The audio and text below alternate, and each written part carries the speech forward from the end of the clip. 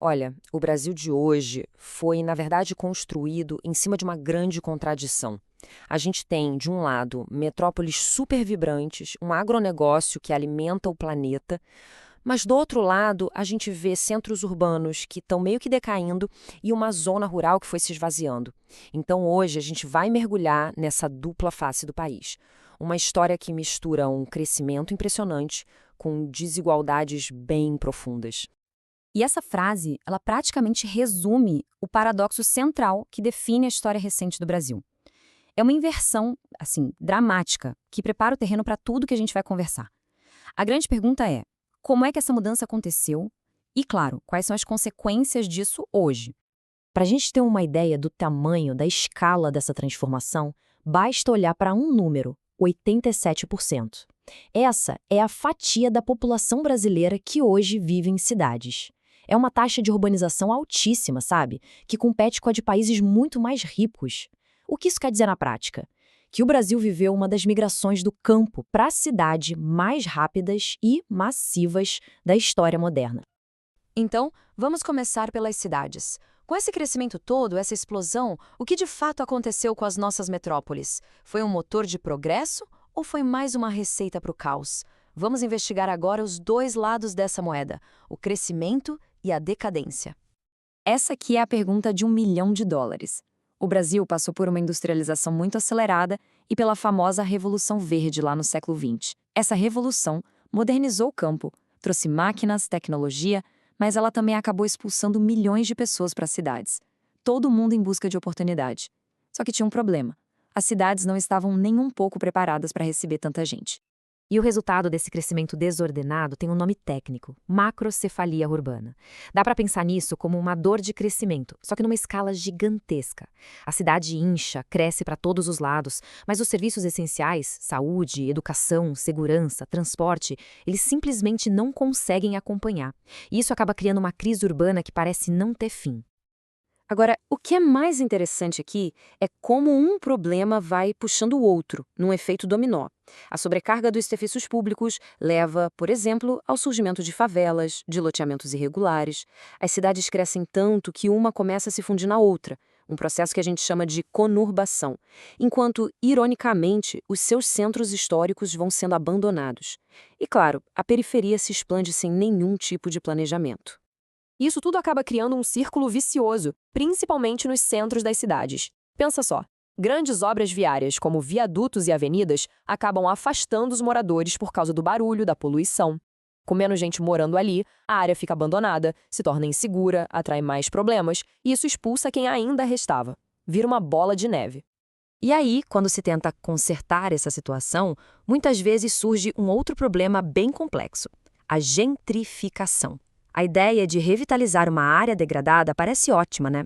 O problema é que isso eleva tanto o custo de vida que os moradores originais, geralmente de baixa renda, são forçados a se mudar. Eles são substituídos por uma população mais rica. No fim das contas, a melhoria urbana acaba se tornando mais uma forma de exclusão social. E esse gráfico aqui, ele mostra na prática o custo humano disso tudo. Nas duas maiores metrópoles do país, as famílias mais pobres, que foram empurradas para as periferias cada vez mais distantes, chegam a gastar quase 1/3 de toda a sua renda só com transporte, para ir e voltar do trabalho. É basicamente uma penalidade diária que se paga por ser pobre na cidade grande. Ok, agora vamos mudar um pouco o nosso cenário. Vamos sair da cidade e voltar para o campo. Porque o campo brasileiro também não é uma coisa só, muito pelo contrário. Ele é um lugar de contrastes profundos, uma verdadeira história de dois mundos que coexistem. E aqui o contraste é total. De um lado está o agronegócio, uma potência global, super tecnológica, com tratores guiados por GPS, uma produção que movimenta mais de 1/4 do PIB brasileiro, e tudo isso focado em exportar commodities para o mundo. Do outro lado, a gente tem a agricultura familiar. Talvez com menos tecnologia, mas é ela que garante a diversidade da comida que chega na nossa mesa, sendo responsável por mais ou menos 70% do que a gente consome aqui dentro. E mais, é o principal motor do emprego no campo, mesmo enfrentando desafios gigantescos. E depois de décadas e décadas de êxodo rural, o resultado é este número: apenas 9%. Somente 9% dos brasileiros ainda vivem no campo. Esse dado sozinho revela o tamanho da transformação que o país viveu. E ele também acende um alerta. Com tão pouca gente produzindo a nossa comida, apoiar quem ficou na terra não é só uma questão social, é uma questão de segurança alimentar para todo mundo.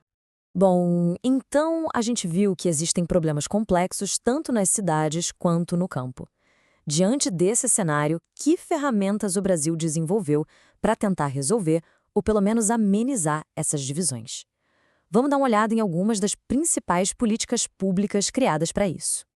Nas cidades, um grande marco foi, sem dúvida, o Estatuto da Cidade, de 2001. Essa lei deu aos municípios o poder, as ferramentas, para criar seus planos diretores e usar instrumentos como o IPTU progressivo para combater a especulação e garantir que a propriedade cumpra uma função social, em vez de ficar lá, vazia, só esperando valorizar. A própria forma de enxergar as cidades também mudou.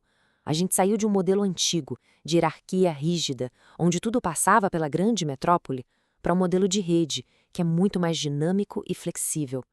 Hoje, uma cidade média pode se conectar diretamente ao mercado global sem precisar depender da capital do estado, por exemplo.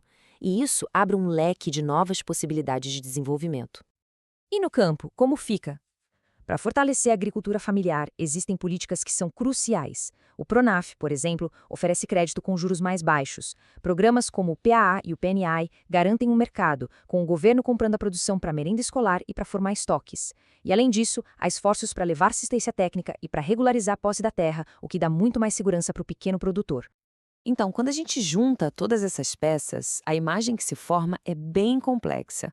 O Brasil é um país de contrastes gigantescos e o desafio de integrar tudo isso está longe, bem longe de ser resolvido.